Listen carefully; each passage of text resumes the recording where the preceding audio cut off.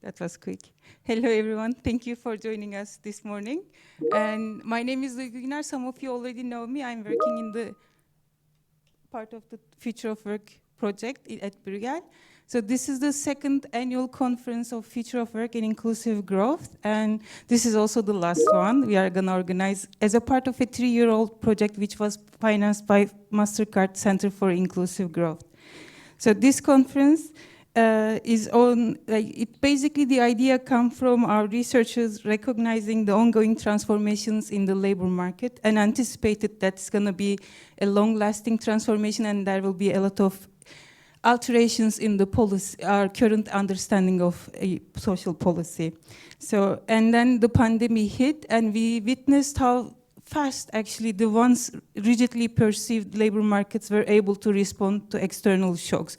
We all of a sudden anticipated that actually labor markets were agile and flexible, all of a more motivation for researchers to help and evolve the policy debate.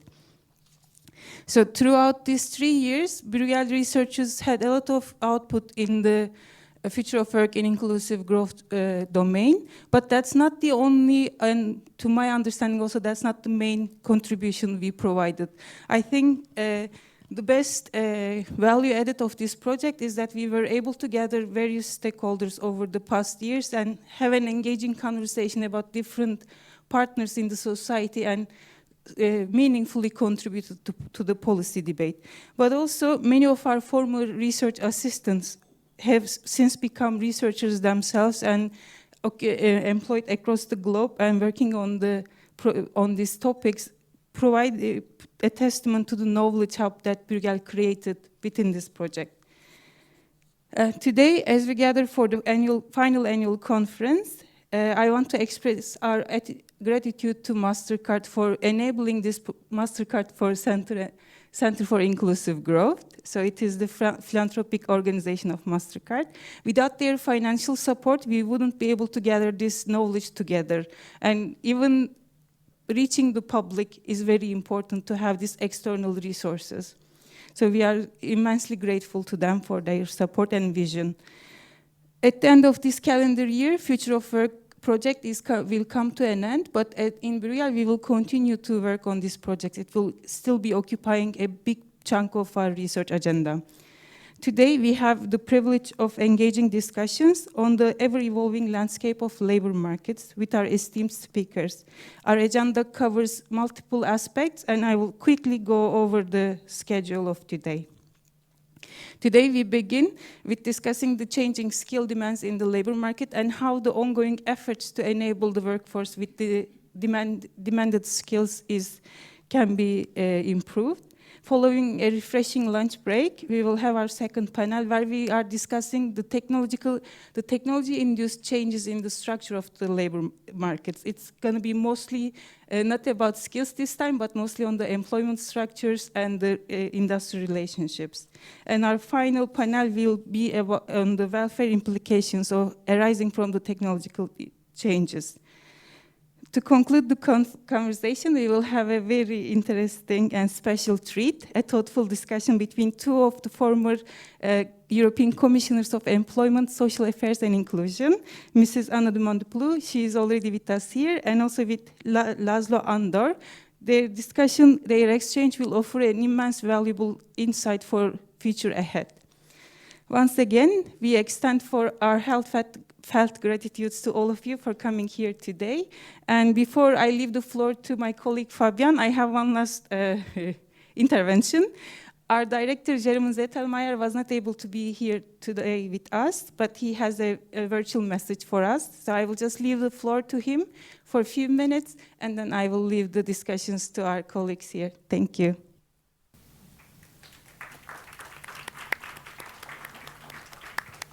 Welcome.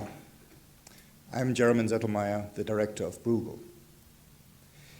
As you might know, this conference is an important milestone, marking the third and final year of the Future of Work project, which started in 2020 as a joint initiative of Bruegel and the MasterCard Center for Inclusive Growth.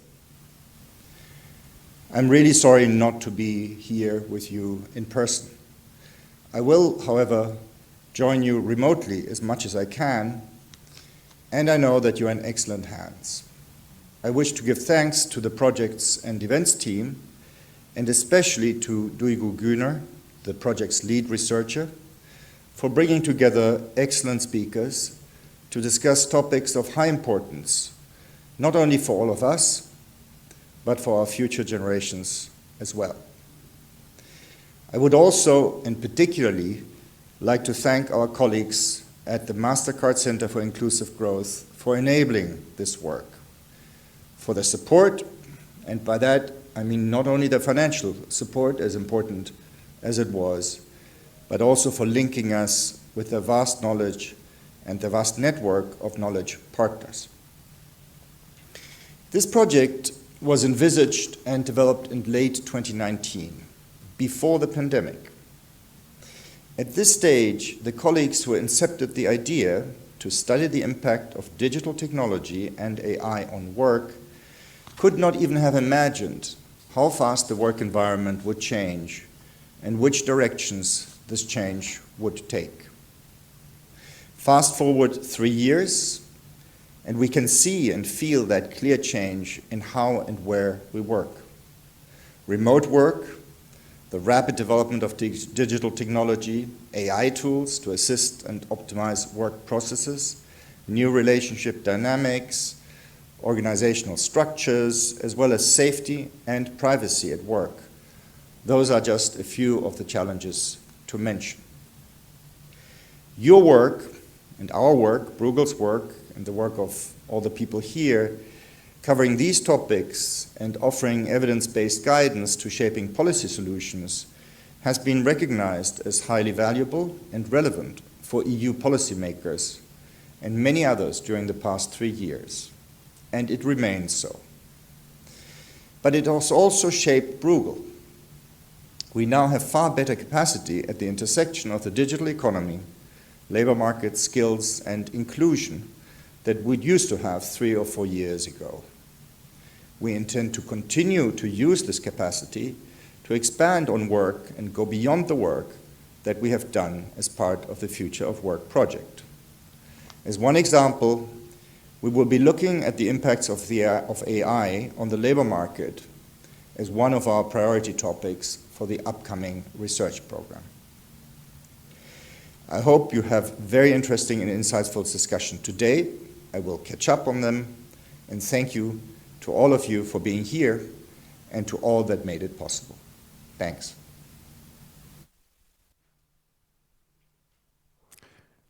Thank you for coming, and thanks for these nice introductory words by Duygu and our director joining us virtually. My name is Fabian Stefani. I'm an assistant professor in IA and Work and a non-resident fellow here at Bruegel, and it is my great pleasure to open this first panel discussion today on our, unfortunately, last conference, Future of Work and Inclusive Growth Conference, sponsored kindly by our project partner, Mastercard. When it comes to one of the biggest challenges of our times, climate change, the European Union has set astonishingly ambitious targets. So if I remember correctly, by the end of this decade, by 2030, the Union would like to cut climate emissions in half by 55%, and by the mid of this century aims to be climate neutral entirely. As you can all imagine, particularly in light of the various challenges and crises that are unfolding around the world, these are very ambitious goals, and one might wonder how to achieve these ambitious goals. And some people might say AI and digital technologies might come to the rescue. So how to combine the green transition, the greening of our economy, and the so-called blue or digital transition is often described as the so-called twin transition, the merger of these two. And how to do this?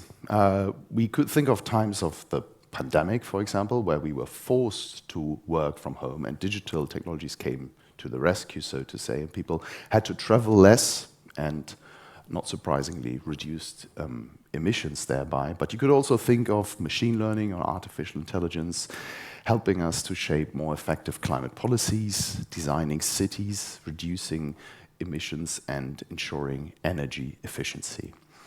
But these technologies, these wonders of technology, they don't exist in isolation. They have to be created and they have to be mastered and administered by us, by human beings, by people.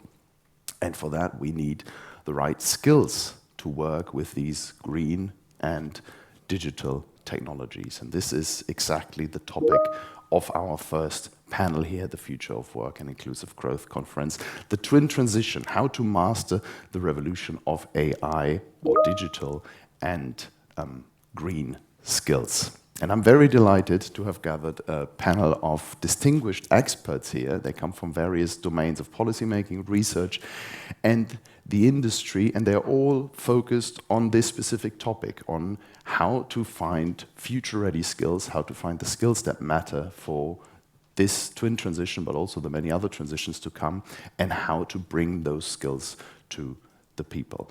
Let me start by briefly introducing our panelist. To my very left, I'm very happy to welcome Matteo Sostero. He's a researcher at the Commission's Joint Research Center, and he's particularly focused on how this transition, how acquiring these new skills will impact innovation. Matteo, lovely to have you. And then closer to my left, we have Joanna Neperala with us from the reskilling agency Cedefop. She's an expert on labor market and skills research and finding out on a larger scale how to find valuable skills for the future of work. To my right-hand side, I'm very happy to welcome here on stage Sonja van Lieshout. She is the Global Head of Public Affairs with Randstad, also one of our industry partners, the staffing agency. And we briefly had the chance just before this panel to talk about the role of artificial intelligence and how to find the skills needed to work with artificial intelligence. I'm very curious to hear more about this in a bit. And then to my very far right side, last but not least, I'm happy to have Per Lundström with us on the panel. He's a senior policy advisor with the Swedish Installation Federation, so people really working with green technologies, and I'm curious to hear how to teach them or develop the right skills for working with these green technologies with those folks.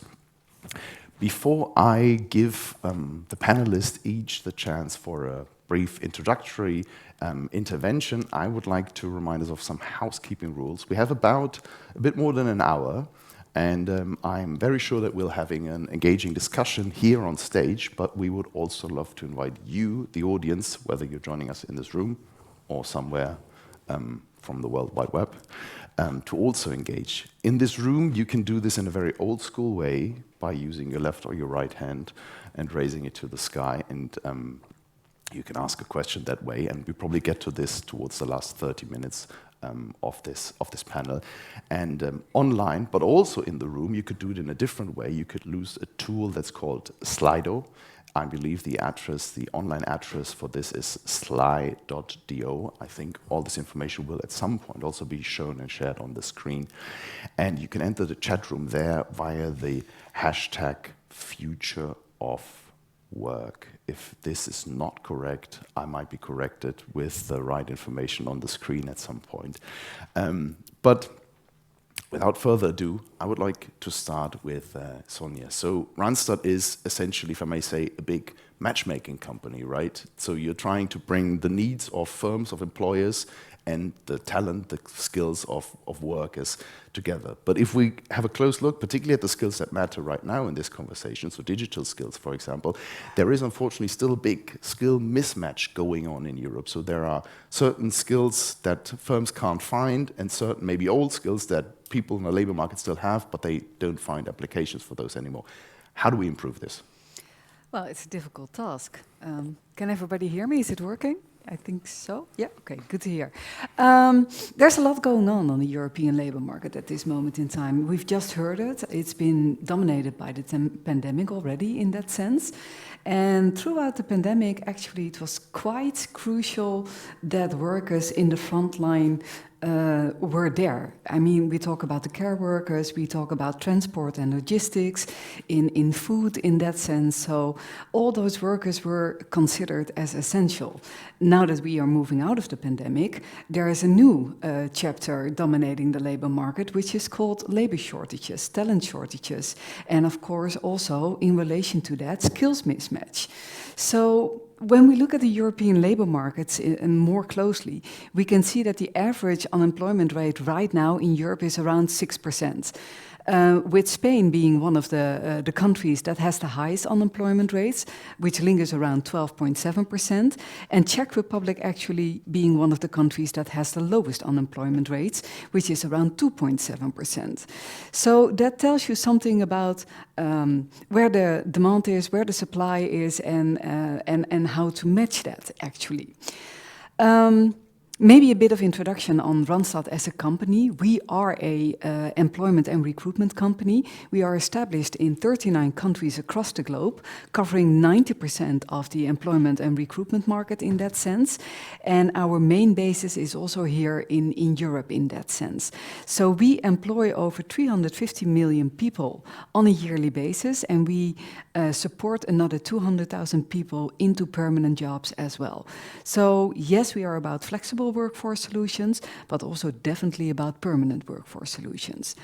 When we look at the twin transition at this moment in time, I think, and I honestly believe that artificial intelligence will be one of those technical solutions that will come to the rescue when it comes to better matching of demand and supply on the European labor market.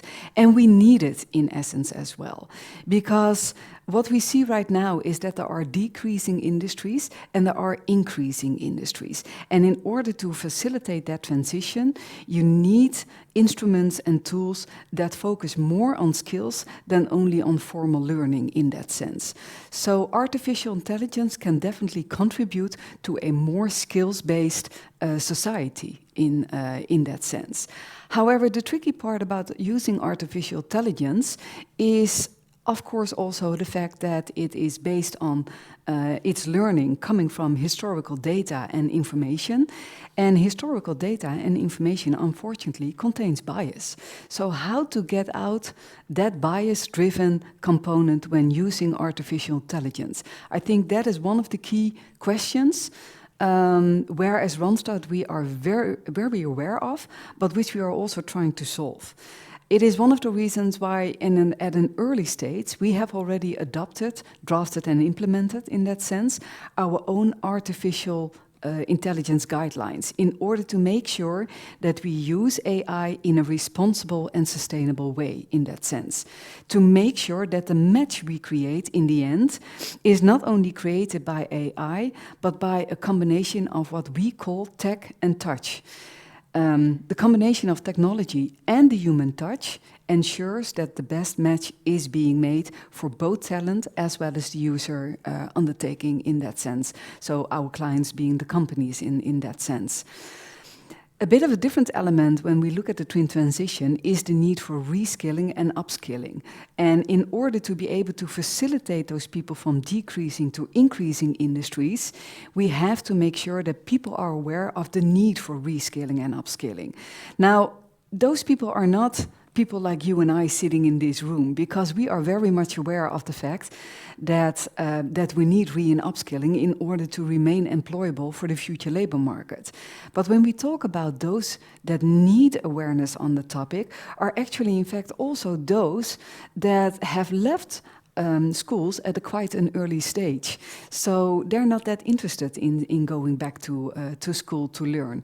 So how to ensure that formal and informal learning can be transitioned or can be used in such a way that you can organize these transitions from an increasing to a decreasing industry. I won't take up too much time because I think I already do, but the fun part is that within Randstad we have experimented with this. We have online gaming tools available where you can assess skills and talents in order for the talent to move forward. Okay, what do I need to be aware of if I want to remain employable in the near future? But also, what do I need to take into account when it comes to re- and upskilling in that sense? So I'll leave it at that for now, but yeah, happy to tell more, of course. Thank you. We're looking forward to that, Sonia. And it's interesting what you say. So artificial intelligence is not a possible technical solution, but it's one that we might desperately need at some point for reskilling. But you mentioned also that it's a lot about tech and touch, and I think Per, in the business of the installation federations, it's much more on the touch, on physical things, physical engineering, and things like that. But still, this requires really skilled workers, people that know what they're doing. What's your approach on teaching these skills? Well, we focus on learning, and as you mentioned, we need to understand that most of the learning that we do in life, we do through life, not in school. In school, we get the tools to learn. I joined this sector 9 years ago, and I came from the municipality of Stockholm. And I quite quickly learned that people had a lot of knowledge, but only had basic formal training. And one of the tools for learning is that you call a friend, because every day you meet problems that you can't solve on your own. So then you need to call a colleague.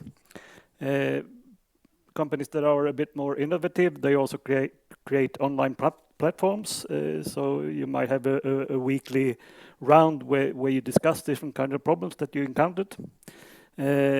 But we also did a study within the Confederation of Swedish Enterprise, looking at where do you learn as a grown-up in Sweden. And the companies in Sweden put a lot of effort in educating their staff. And Cedefop actually described this in a study, I think it was the employer study of 2019, when they looked at workplace learning. Then the Scandinavian countries came up in top, Sweden first, Finland next. And I think if you're looking for one word that is also related to the future work and inclusive growth, it's the word trust. You need to create trust. And Gijs van Houten and Giovanni Russo at Cedefop also did a recent study, mobilizing skills for business performance.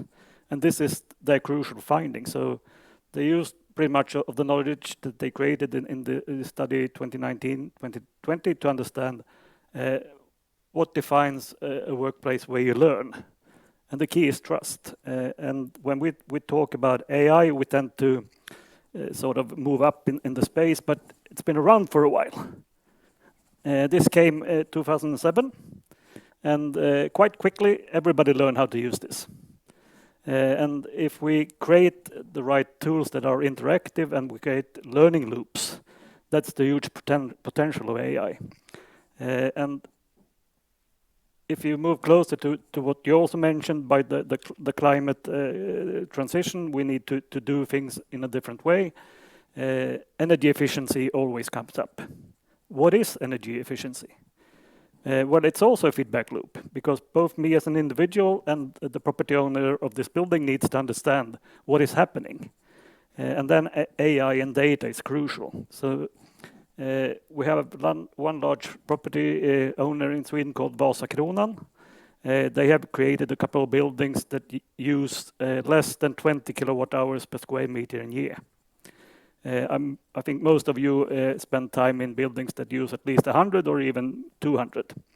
And I don't know if it's only me, but it's a bit cold in this room. So it could actually be it could be a bit warmer than we would use the energy more efficiently. But the crucial question is, where does the excess heat go? Does it go up in the air, or does it go down in geothermal storage, or maybe battery storage? So these solutions are in place, but it's a challenge, because when I use the sentence, the role of the building in the energy system, most people just fade out. They can't. What does the building have to do with the energy system? Energy is something I'm buying. I get it through the plug, or maybe I fill it in the car. But energy is created every day, all the time. And small things like, why do we need hot water when we wash our hands? It's enough with water that's 37 degrees, then you save a lot of energy. When you are a lot of people in a house like this, you create excess heat that you can use to reduce energy consumption. But this is also rather technically demanding, and if you think about an electrician for a while, who do you see in front of you? Well, probably it's an older man, maybe like me, and we need to bring other people into this trade. So we all both have challenges when it comes to understanding what the building really is, being able to bring all the technical installations in the building together, but also create an environment that is positive for us to experience. And this is a challenge because we have concepts of what it means to be an electrician or a plumber that are old. And if you look at the people in the trade, they have learned quite a lot during their lifetime, but it's mostly silent knowledge. They are not really aware of it themselves, but they can build prototypes that nobody else can invent. But for them, it's natural because I've done it. So we also need to create a much better understanding of the skills that the people actually have. And Joanna and I had a chat before, and you mentioned old trades, maybe the coal mines in Poland. Well, you have a lot of people that are wanted when it comes to building out the grid in Europe. The people working in the mines, they have the skills that are needed, but they might not have the concept that I'm moving away from the mine to building the grid.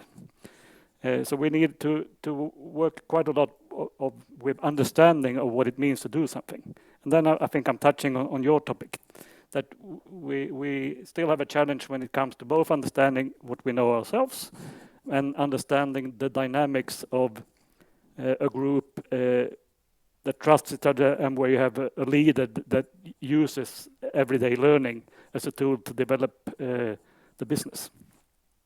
I'll stop there. Per, thank you so much. I do agree. It is a bit chilly, so I think if you really wanted to, we can change this. But thanks a lot for also giving us insights into the technical, some of the technical aspects around these technologies, because we talk about skills, but of course we need to understand also the technical requirements for the technologies in order to have an understanding of the skills. I see a common theme or theme coming up. We heard about tech and touch and trust. So there's a triple T in this transition already. But we also heard previously that we need to raise awareness, and there are people that might be more urgently needing new skills, the skills that are in demand than others. And that makes me think of your work, Joanna. So how do we, on a larger scale, the scale of things, how do we bring the right skills to the people that most need them right now or will need them in the future? Yes, that's a huge task, and I'm sure that I'm having so little time. I will not cover everything, but I will speak about the role of my little team. We have a team of a couple of colleagues working together and creating skills intelligence, and that's something that is a tool combining different types of techniques, collecting information through the forecasts, through surveys of employers, through foresight studies, and also we are scrapping information from online job advertisements, and together, like this bulk of different techniques allowed us to create knowledge of like what is happening on the labor markets and what does it mean from the perspective of demand for skills and sectorial changes and flows of people between different sectors in the future, and of course artificial intelligence or digitalization on the labor market, and also climate change and these ambitious plans that you mentioned in the introduction. They will have a tremendous impact on the labor markets, especially that we expect that we will have more than new 2 million of jobs on the labor markets. And how to prepare for that, and especially my organization is dedicating to the development of vocational training, so I'm not representing higher education system, but vocational training. We prepare people, the young people, through the initial vocational education to enter the labor market, but also we are responsible for building knowledge and providing expertise to continuous vocational training, which equip people, adult people who are needs reskilling and upskilling. With this information, like where should they go, like where the demand is, and which jobs will become obsolete. And of course, like we won't do this. This transition will not be fair, and I think fairness is also stressed in the policy debate. We don't want to leave anyone behind, which is crucial to really understand what skills will be needed in the future. First of all, we need to equip teachers in the right skills, and without having teachers with with knowledge like what skills will be needed in the future, we won't let people learn from the teachers. So I think it's crucial not to leave teachers behind. We see that this could only happen if we will collaborate with not only with education system needs to collaborate with employers, collaborate with companies. Otherwise, we won't create this kind of quick shift. And we want to create this synergies between knowledge. I guess like if there are new emerging technologies in certain areas of the green economy, we won't know like what skills will be needed for that particular job. So we need to create somehow this collaboration between vet providers and new firms. I'm not sure if I answered your question, but I hope I contributed a little bit to the understanding of what will be needed. What we also see from the company surveys that especially the small and medium enterprises needs financial support to train their workforce. Because they don't have enough money, and also taking people and upskill them within the working time. It won't happen without the financial incentives. So it's also crucial. And also to make sure that we will have enough people, and the transition will happen in a quick way. We need to make sure that we will have work-based learning. I think Par mentioned it's the work of Giovanni Russo and also work with Eurofund that we do together on that topic. But also we see that apprenticeships would help young people especially to combine work together with still this will be the link between being still in the education system, but also acquiring already the skills necessary to take up on positions. Thank you. Thanks, Joanna. So yeah, absolutely. I mean, you spoke about teachers, you spoke about work-based learning, you spoke about apprenticeships. So integrating essentially the learning the new skills on the job, on the fly.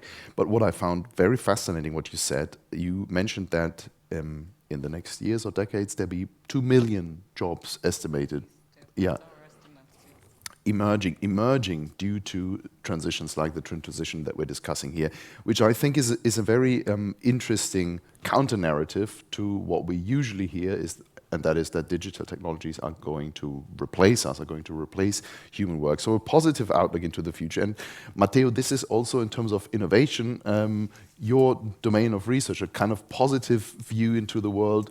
What kind of innovation could be sparked if we get things right, if we master this transition in a right way? Yes, indeed. So I'd like to propose a slightly different narrative concerning the digital and the green transition, the twin transitions, as we call them. So we've had a little more experience at the JRC, but also as researchers, to understand the digital transition so far. And if you look at what experts, academics expected 10 years ago in terms of labor market impacts, many people were concerned about the potential for digital technology and robots to displace large shares of the population, of the working population. This, of course, has not happened, not in a significant way. So, which is good news. What did happen is that digital technology has enabled changes in the nature of work rather than in the amount of work. So we're not talking about occupation and displacement, but we're talking about ways in which work has changed.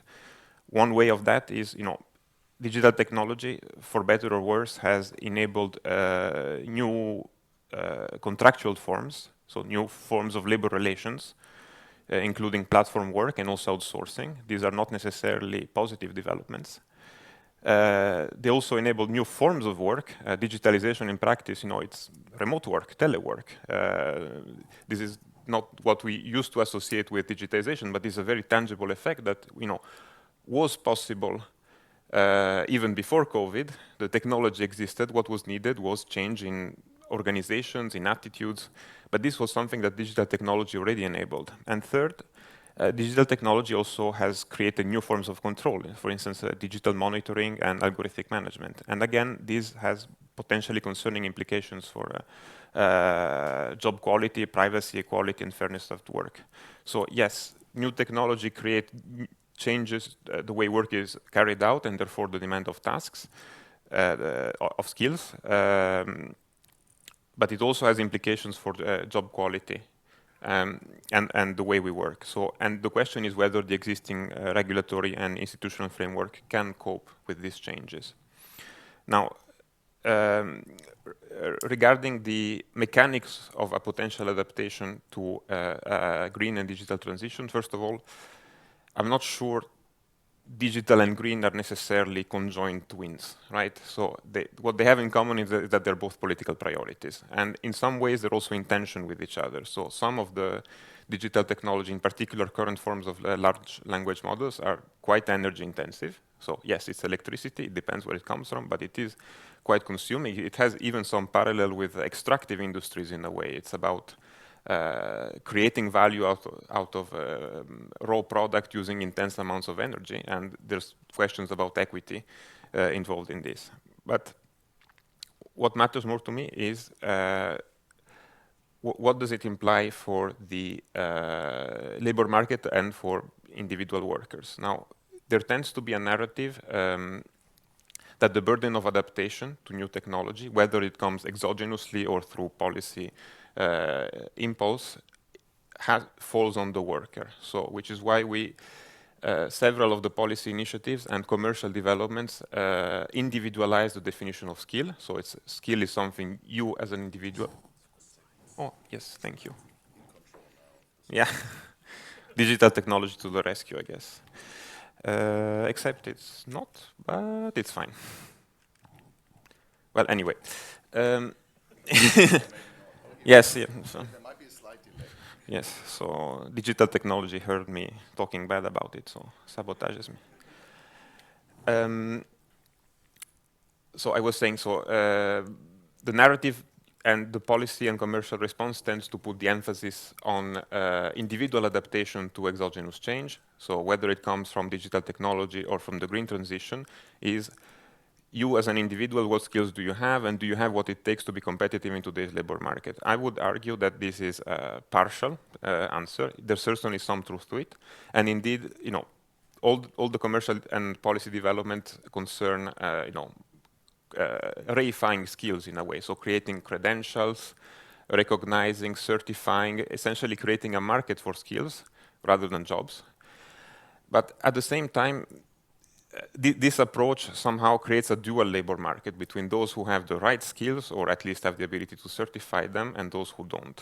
Now, and there, I'm afraid, if you look at the structure and problems of the European labor market today, the problems of skills, whether we talk about gaps, shortages, mismatches, they're not frictional to the extent that if only there was more information or better ability for job seekers to identify positions and vice versa, we would solve all our problems. No amount of artificial intelligence is going to solve that, I'm afraid.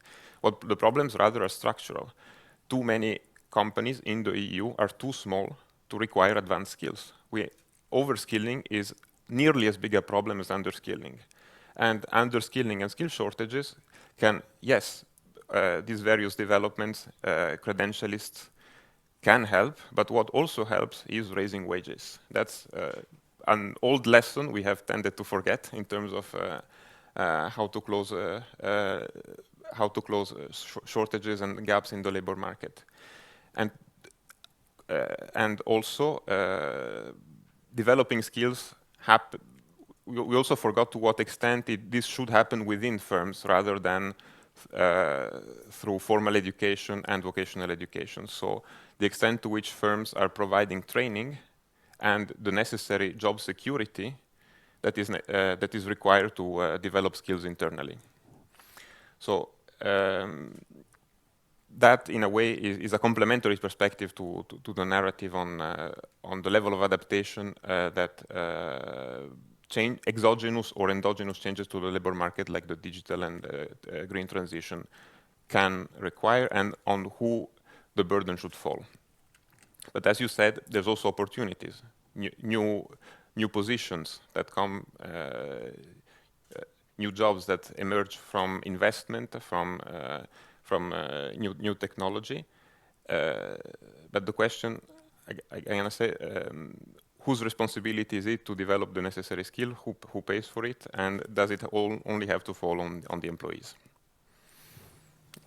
Thanks so much, Matteo. And you bring us to a very interesting, important topic that I would like to give to the entire round of the panel. Because before we talk about solutions on how to master, this skill challenge of the transition, let's talk about the roadblocks. So you said, if I may quote you, the gaps that we see, the mismatches, they are not frictional. It's not that AI will come to the rescue and a more efficient planning will all solve this, but there are, institutional gaps or institutional problems. If I give this question to you, maybe I'll start again on the other side. So I'll start with you. What do you say? What's kind of the biggest roadblock that you see at the moment when it comes to bringing the skills that we need to the people that might most need these skills? I think Matteo closed his presentation with it. I think it's the $1 million question: who's going to pay for it? In that sense, yeah. I hate to address the pink elephant in the room, but basically that's the question that we are all dealing with, and I think it's not a responsibility of only one party. I think it's the responsibility of actually all parties on the labor market. So that means that governments have a role to play. That means that employers have a role to play, but workers as well. So how do we take up that responsibility with all parties together? And how do we do that efficiently, effectively, but also in a timely manner?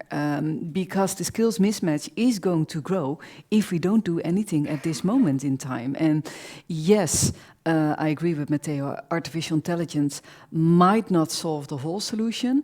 On the other side, it can contribute to more efficiency and effectiveness, to solve that issue with regards to matching demand and supply on the labor market. So moving to a skills-based economy, I think that's definitely the right way to move forward in that sense. And maybe as a bit of a solution, not as a solution, but a best practice which I would like to share with all of you is that at the beginning of the pandemic in the Netherlands, we reached out to 10,000 workers, not only our talent in terms of being flex workers, but in general workers, so also on a permanent contract employed at their employer. We reached out to 10,000 people with the question, it's pandemic, you can also use this opportunity to invest in re- and upskilling in order to remain employable for what is to come after the pandemic. Only less than 400 people were interested.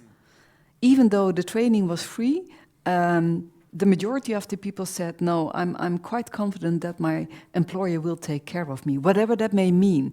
So the awareness raising, which we are back to, is essential at this moment in time. So I'll leave it at that.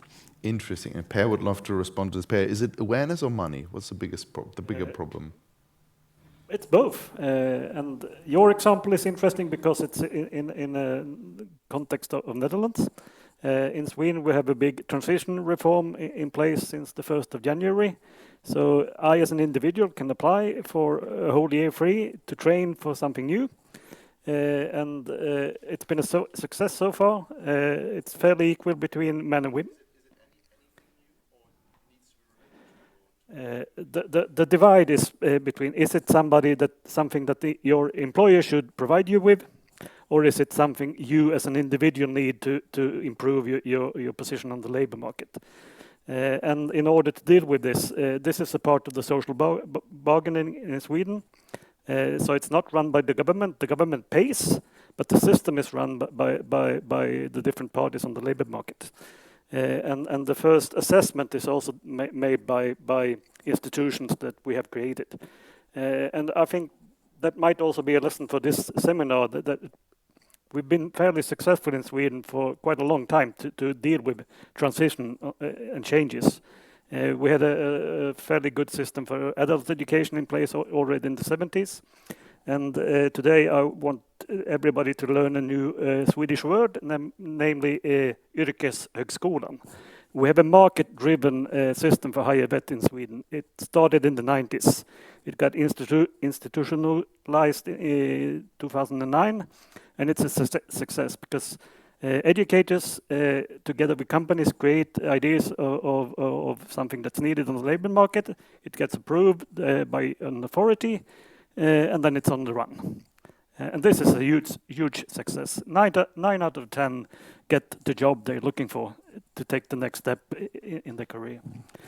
But of course, we also have gaps in this system. So we ourselves, my member companies, there's about 4,000 of them. They pay a fee for my organizations to provide certain tools, and you could also almost think of us as a head office for a number of small companies. Most of them are 5-10 employees. We started our own education company. It's market-driven since 30 years, and it provides basic training for people in the companies. It could be 1 hour of online course. It could also be a 2-year training within Yrkeshögskolan, our system of higher vet, and anything in between. And of course, the pandemic also put a stress on this system that we provide ourselves. So now everything is online. And now together with other organizations within the Swedish Confederation of Swedish Enterprises, we are now trying to bring reform together with the state. So what you talked about, we need to find a system that works for the individual, for the company, and for the society as a whole. We are moving quite interesting paths to try to deal with this problem. But you can't forget that it's the customer who's paying.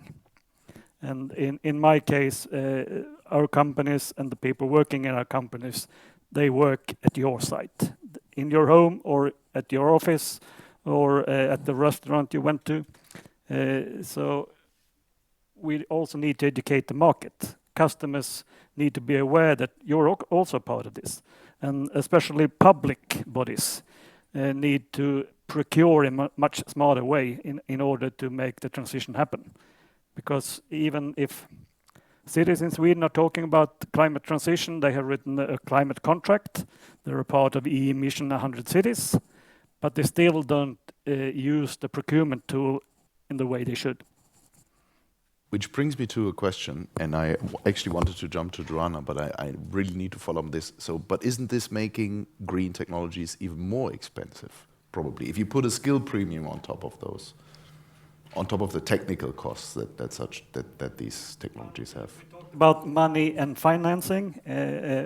If people have to put up with the money up front, it's usually expensive. But if you build financial models with a return of investment. I did this investment myself in the house I lived in. I put solar panels on the roof. I drilled for geothermal 110 meters down the ground. And this paid off in 10 years. And when I sold my house 2 years ago, I got an extra premium because the people buying the house saw that it was energy efficient. And there's quite a simple formula for this. If you reduce energy costs by half, the property value doubles, and then you get access to green bonds. A couple of private companies in Sweden have done this, but also a couple of municipalities. And maybe that's the second word you need to learn in Swedish, Örebro. It's a city in the middle of Sweden. They are really a front runner. So they are introducing PropTech, also a word, but in English that nobody knows. But if we have learned that we are now driving laptops with wheels and steering wheels, we need to understand that we also live in laptops. Because if we are to make our buildings work much smarter and energy efficient, we need also to understand that we are living in AI. We're not only carrying it around, we're actually living in it. So I'm learning a lot of things, particularly this cutting efficiency costs in half and doubling the value of a house. But it seems to be you're doing a very good marketing campaign for Sweden. So both the awareness and the money seems to be there. But if we look at the European level, I fear that not all societies might be as tech savvy and as advanced in this sense than Sweden. Is it awareness or money on the European level? I think money is there. It's just need to make sure that the money will actually end up in the proper pockets of people. And I think, yes, there are huge discrepancies in terms of European countries and also regions where the money should go and who should get the money. I would say that it really should be about the flexibility of the training offer. Because people, sometimes they will need training when they will still be working and employed by previous employers. Sometimes it will be about a shift between the employers. Sometimes it will be a shift between the tasks that people will do for the same employer. Or also the shift from education system which would not equip a person with the adequate skills for the changing labor market. So it's a different type of training we are speaking about.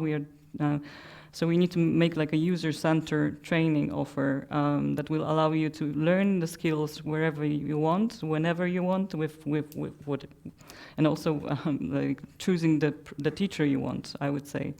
Yes, let's not forget about also we are talking about a twin transition, but also we should think about the aging of the Europe. I think that's also a trend that will have a tremendous impact on what is going on the labor market and how it will trigger different need for the artificial intelligence especially.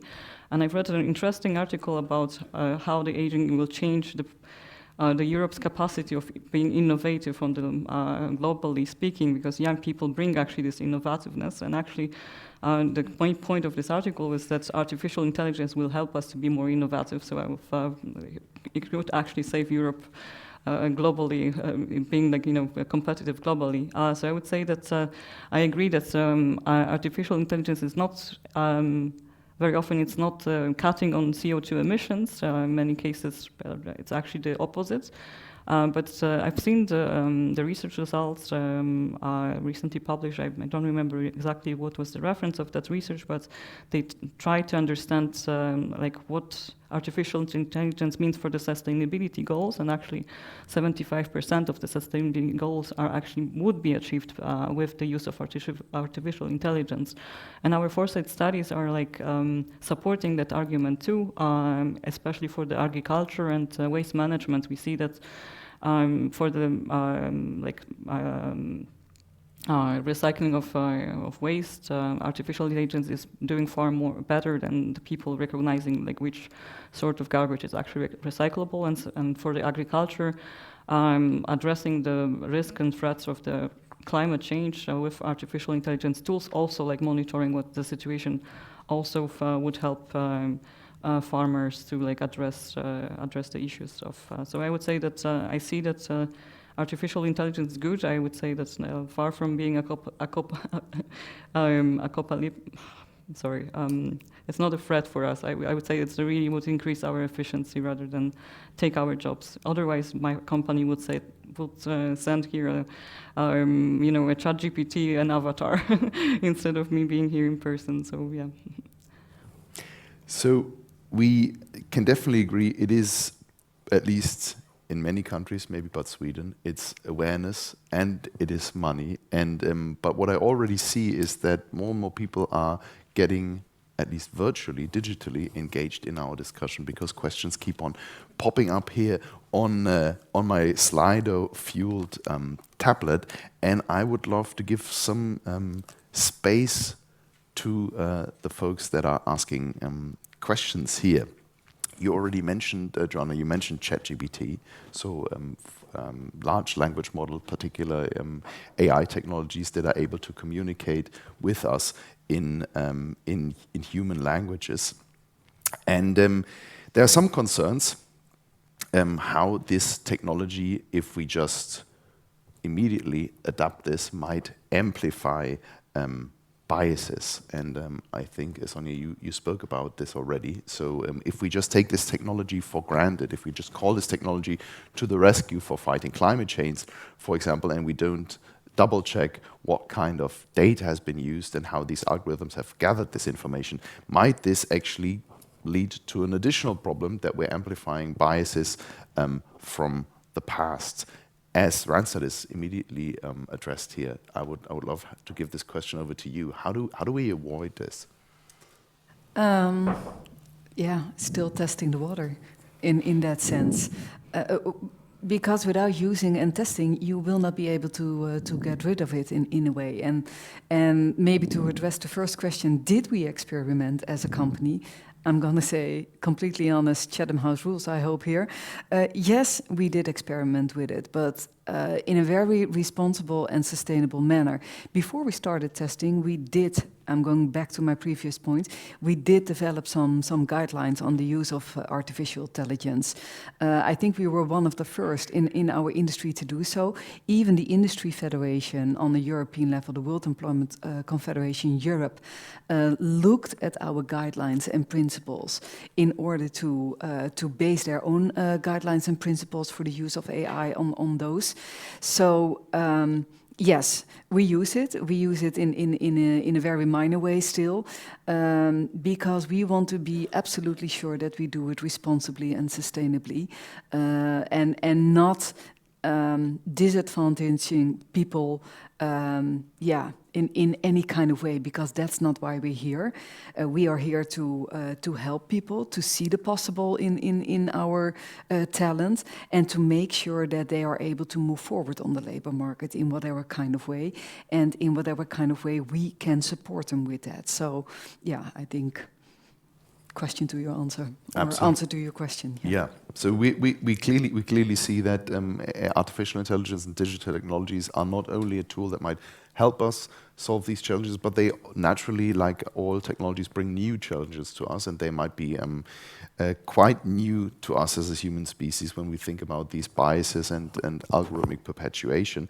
Another question, another critical thought, if I may say, that comes up when we work with digital technologies is the question whether we might actually have to learn digital skills altogether, because this technology might at some point even replace us. So Matej, you spoke about actually how these dystopian futures have not become reality, you know, how technology has not been replacing human labor. But you said in some cases we've seen this. Could you elaborate a little bit more on this? Because people are apparently worried that digital technologies in the end might not come to the rescue, but rather to the replacement of human work.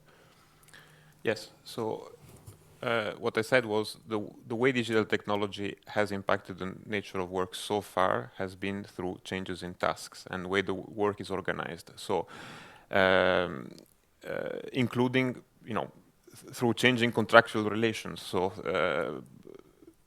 occupations that were previously employees are now independent contractors. I'm thinking of platform work, for instance, and this was enabled through digital technology.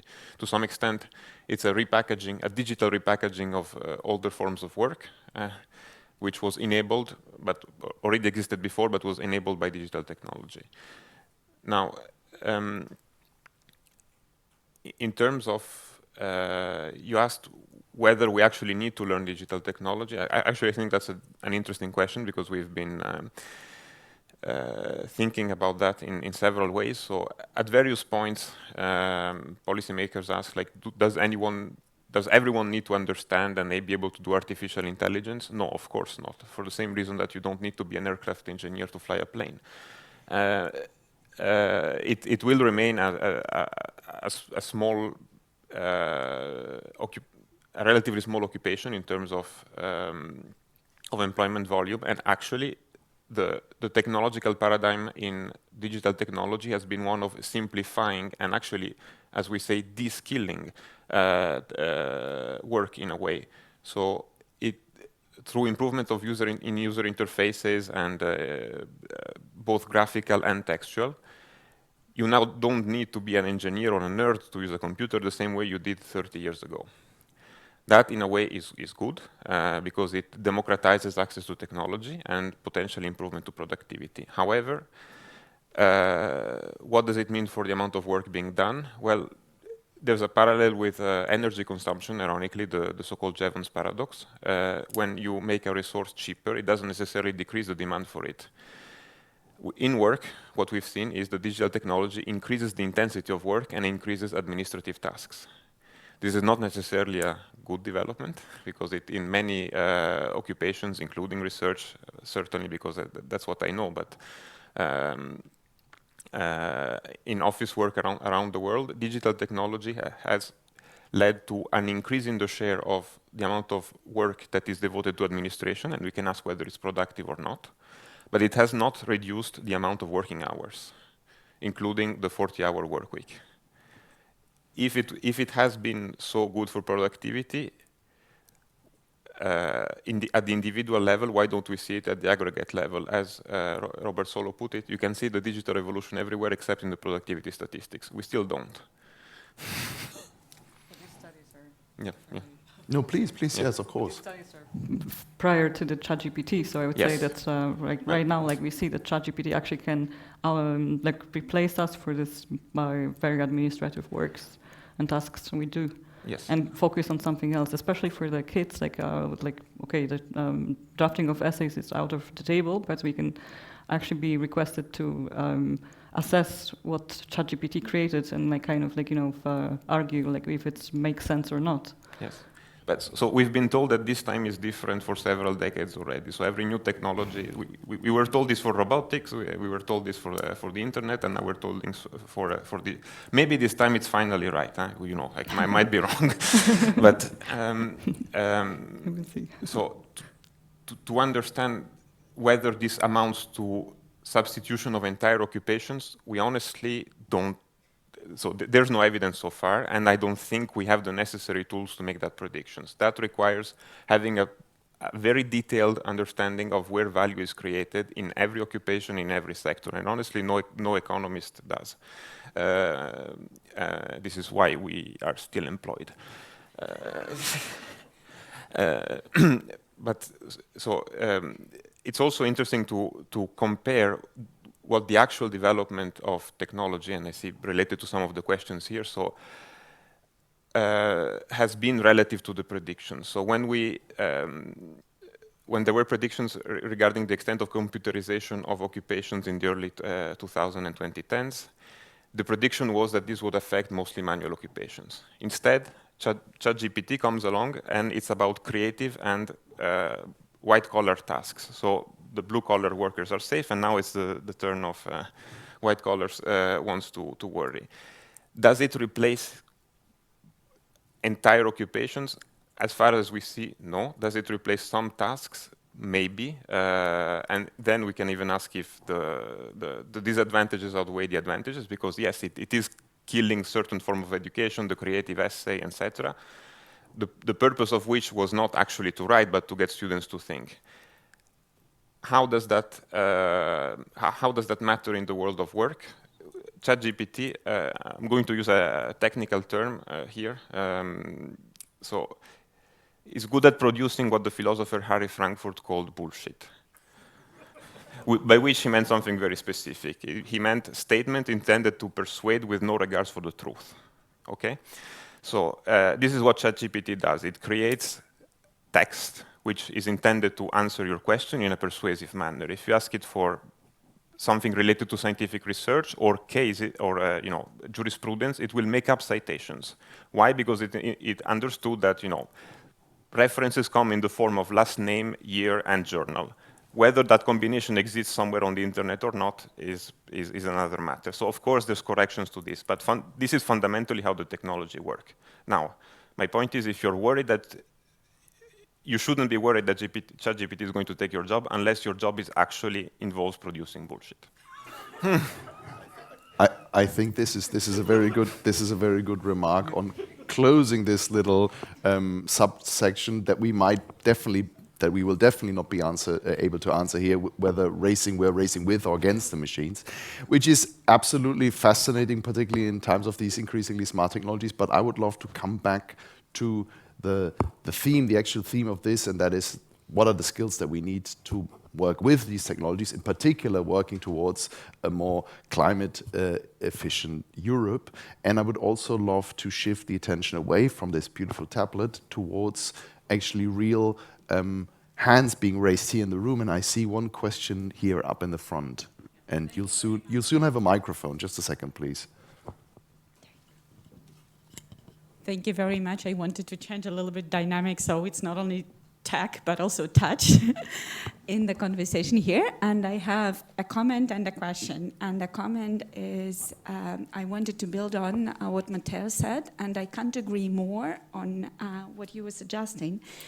But when you mentioned that what we see that digitalization didn't really change the amount of work, but change the nature of work, it brings me to question that when we are talking about upskilling, we are mainly talking about individuals, as you suggested, that we need to train individual employees to be better at something.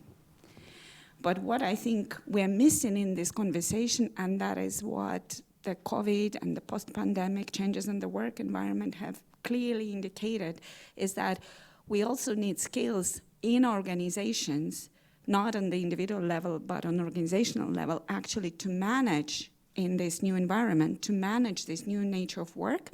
And for example, we just completed earlier this month the working paper as a part of this project that clearly indicated that companies are wandering blind in the world of hybrid and remote work. So what we've seen indeed in terms of the labor market, that individuals can cope and they can work remotely and they can be productive. But what apparently we see is happening, that organizations do not know now how to make this efficient on their organizational level. So it's kind of comment versus question whether we need to be talking about upskilling not only in the digital skills themselves, but also how organizations manage digitalized workplace. And then I had a question more specifically to Sonia, when you were talking about how more mature people, for example, find it challenging. They don't want to get back to school or like proper education as we've thought of education for ages. And I know in Ireland, a lot of universities are experimenting now with what is called micro-credentials, which are very short courses. I don't know if this is happening elsewhere. So I wanted to ask, from your perspective, do you see the people who you are working with, the applicants, are they using it? Do you see this as beneficial to help with this upskilling in a much more focused and short-term way? Thank you. Okay. Thank you so much. So we have these two questions, the organizational skills. Per, I'd love to give this to you, but Sonia, as you've been explicitly addressed, let's start with the micro-credentials first. Sure, yeah, happy to do so.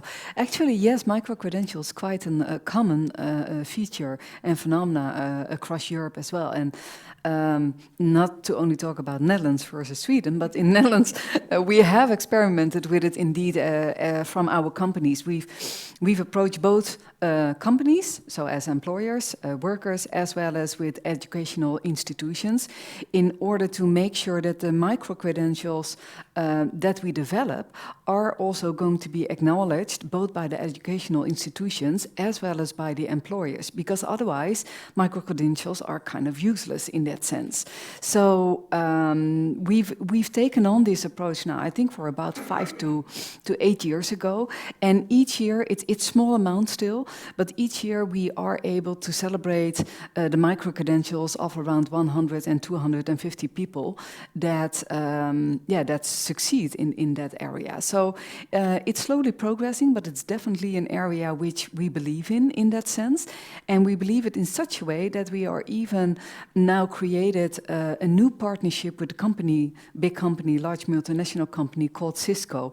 Cisco is very much into developing skills in the IT industry in that sense, and they do that for free. They have set up, as a CSR program, they have set up a worldwide global networking academy. And through the networking academy, they involve actually teachers from educational institutions, and they involve workers from either companies in a decreasing industry or in an increasing industry, in order to provide free training for the workers in order to upskill, but also reskill in that sense, free of charge, with a focus on IT training. So that goes from very basic IT skills, the Internet of Everything in a way, to all the way to cybersecurity in that sense. And we have partnered with Cisco because we truly believe that this is the way to move forward, because only through these kind of partnerships we are able to help everybody on the labor market. So through the Bridge to Skills Possible project, we are aiming actually to upskill 300,000 people across the whole of Europe, contributing to the European Commission's objectives of set for 2030 in that sense. There's much more information available, but happy to talk to you afterwards. A very quick one. How long how long does it take to acquire typically like the average bread and butter micro credential? It takes about, well, a micro credentials takes about, it can take up from about 3 months to 1 year. Depends on the skill, of course, that you are looking to acquire in that sense. That's less micro than I would have expected actually to some extent. Yeah. Okay, but Per, how about do you see the same challenge in terms of organizational learning, that organizations also have to learn in the same way that individuals do? I couldn't agree more. And turning to the issue of management, this is both within a smaller group that's rather independent, but also a large organization. And when we create large language models, everything is sort of put into question. And then we need to return to basics. What is economy? Well, it's the ability to organize work with scarce resources. And I agree with Matteo, there's a tendency to create an administration on skills. So we have a market for skills that doesn't really help companies to help to find the right people to employ. You still need to create some kind of understanding between the person wanting a job and the person hiring somebody. And the same kind of trust we need to create every day towards our customers. So you can never get away from both trust, and I think we also touched on judgment. And something we haven't discussed is what is happening when it comes to energy communities. Because last week I got good examples from France, Spain, and so on, where people living in the community take the energy situation in their own hand. And then I think we start to talk about inclusivity, I can't pronounce that word, inclusivity, and people getting engaged in their own everyday life. And I think that's the tool. And the same thing goes for micro-credentials. If employers feel that this is helping them finding the people they want, if individuals feel that this is helping me move on with my life, then it will be useful. Otherwise, it's another bureaucratic tool creating a lot of administration. And that we need to use AI to get rid of, because we need to free people's engagement in what they are doing. There are loads of questions actually piling up, and I fear we will definitely not get to all of them. The good thing is we'll have some space and room for discussion afterwards. But there's one aspect that's been coming up pretty frequently, and that's relating to things that have been said here. So, for example, Per, you alluded to we're not only driving around in a computer, we're not only holding a computer in our hand, but we're also living in a computer. And there's a certain front loading to this. So this involves costs. You know, you need to be able to afford all of these technical devices, and not everybody might be living in a smart home with accumulating a lot of data. To what extent is it that this front loading is maybe amplifying inequalities? So in the sense that, you know, you need to, some people come into the world, they are more tech savvy than others. In Sweden, people tend to be, you know, closer to technology apparently than in many other parts of Europe. And to what extent do we in this panel think that this, you know, initial leap might actually lead to bigger inequalities when it comes to working with technologies, knowing the right skills to work with technologies? Well, for me, it goes back to this issue of energy communities. If it's something that we dream up in Brussels, we will have a lot of populist movements around Europe with protests because people feel excluded. If it's something that is done on the ground, with people living in a specific area being included, and my daughter actually does this in Scotland. She works in Edinburgh. If you find a way to include people living in a certain area, making them feel that this is something for me, you get a positive feedback. But if it's something that people experience, this is dreamt up somewhere else above them, you get political movements that causes problems for all of us.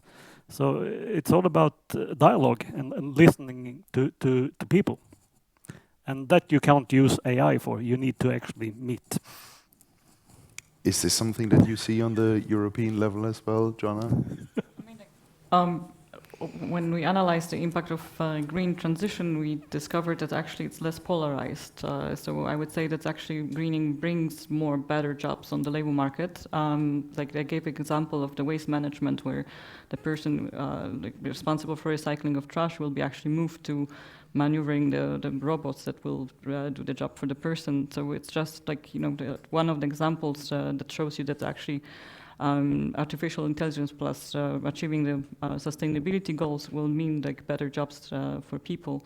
But yeah, I think it's something that we need to have in as a priority to make sure that actually the jobs in the green sector will be good jobs to make sure that people will be willing to take them. Yes. So we could actually turn it around if we pay attention to this now. We might use this transition as a means for reducing inequalities in terms of job prospects.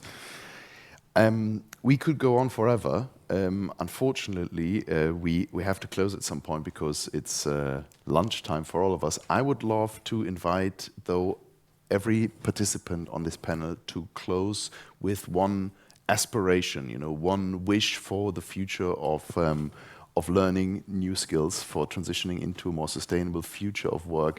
What would that be if you could, if you had the magic stick, the magic spell to change things? Matteo, I'll start with you if I may. As I said, I would make it about organizations, not individuals. So the skills are embedded in organizations. This is what the capability theory of the firm calls capability or organizational routines, which is different from routine job. And we seem to have forgotten that. So I would like to make that the policy and also scientific aspiration for the future. Thank you. Joanna? My message would be, don't be afraid, try to learn it, and to take benefits of it and be more efficient at what you are doing. I'm sure artificial intelligence will help you in your life, for sure. Sonia? I agree with Joanna, don't be afraid. I think looking at the questions, there's still a lot of fear probably behind it, but it's going to come, and it is going to transform the labor market and jobs and work for that matter. So I'd say embrace it and look at the opportunities whilst not turning a blind eye on the risks, of course, because that's not a good thing. So be sustainably, be responsibly, and then move forward. Thank you. And Per? Creating a good environment for learning requires management that takes away stress and fear. So the two things that blocks people are stress and fear, and those we need to take away with trust and good management. I couldn't choose more beautiful words to close this session. The future is bright with the right mindset, and I'd love to thank all four of you for taking your time and bringing your expertise to this panel. And of course, I'd love to thank all of you for asking many questions online, also in the room, for joining us here. And of course, last but not least, the organizers, my colleague Dugu, for bringing together such a beautiful conference. Thank you so much, and see you shortly in the room next door for lunch. Take care.